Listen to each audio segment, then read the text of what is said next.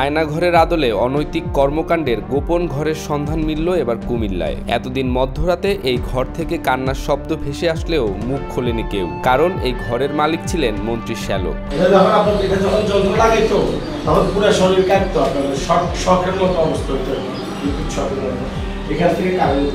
আওয়ামী লীগের সাবেক মন্ত্রী তাজুল ইসলামের শ্যালক যখন যাকে খুশি তুলে নিয়ে নির্যাতন চালাতেন বলে জানা যায়। বিএনপির পোলাপানকে খুব টর্চারিং করত।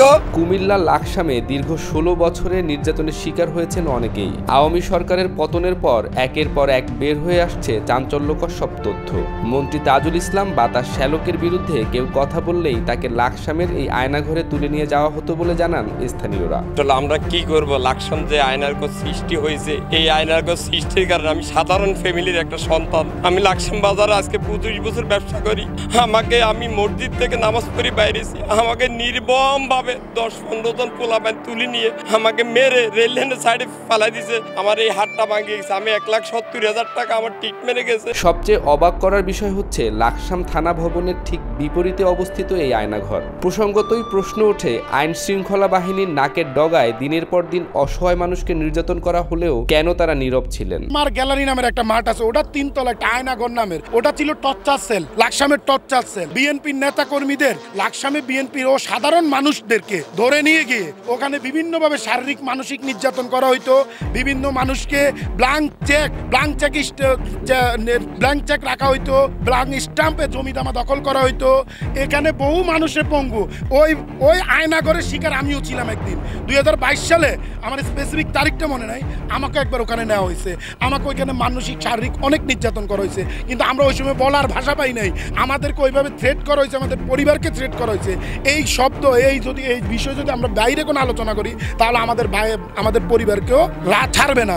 ওই ভয়ে লাকসামের মানুষ এতদিন এই আয়নাঘর সম্পর্কে, এই টর্চার সেল, মহব্বতের টর্চার সেল, তাজুল ইসলামের নেতৃত্বে নির্দেশে মহব্বতের টর্চার সেলের বিরুদ্ধে কেউ কথা বলে নাই। ভুক্তভোগীদের একজন জানান, তাকে পুলিশের সহায়তায় আয়নাঘরে নিয়ে নির্যাতন করে মোহাব্বত।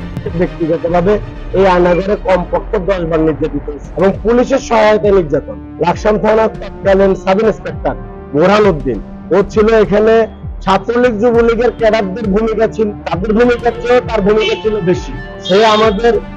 আমাকে বাড়ি থেকে বেরোয় না।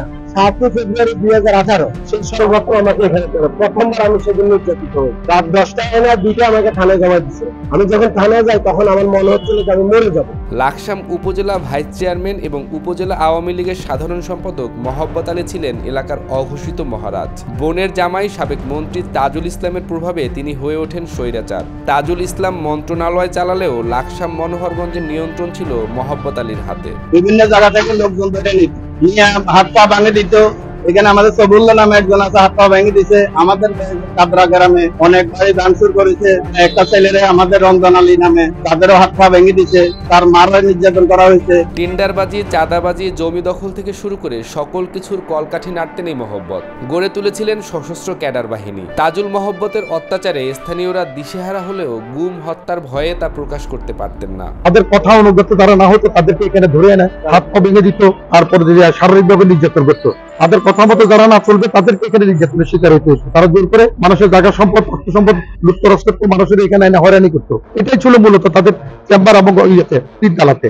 2 তলাতে তারা বসতো, আড্ডা ফাড্ডা দিত, মদ গাঁজা দৌড়া, মানে তাদের দোষরা যারা আছে একত্র হয়ে এখানে মানে যতগুলো অকারেন্স আছে তারা এগুলি করতো। এখান থেকে বসে তারা লাকসামের প্রত্যন্ত অঞ্চলে কোথায় কোন হামলা করবে, কোথায় কি করবে না করবে, এখানে মাস্টার প্ল্যান এখানে করে তারা সেই অনুপাতে কাজগুলি করতো। দেশের আর কোথায় কোথায় দলীয় প্রভাব খাটিয়ে সাধারণ মানুষ কিংবা রাজনৈতিক প্রতিপক্ষের কর্মীদের নির্যাতন করা হতো, এই প্রশ্নের উত্তর খুঁজছে গোটা দেশ। রাইসুল নয়ন, নাগরিক।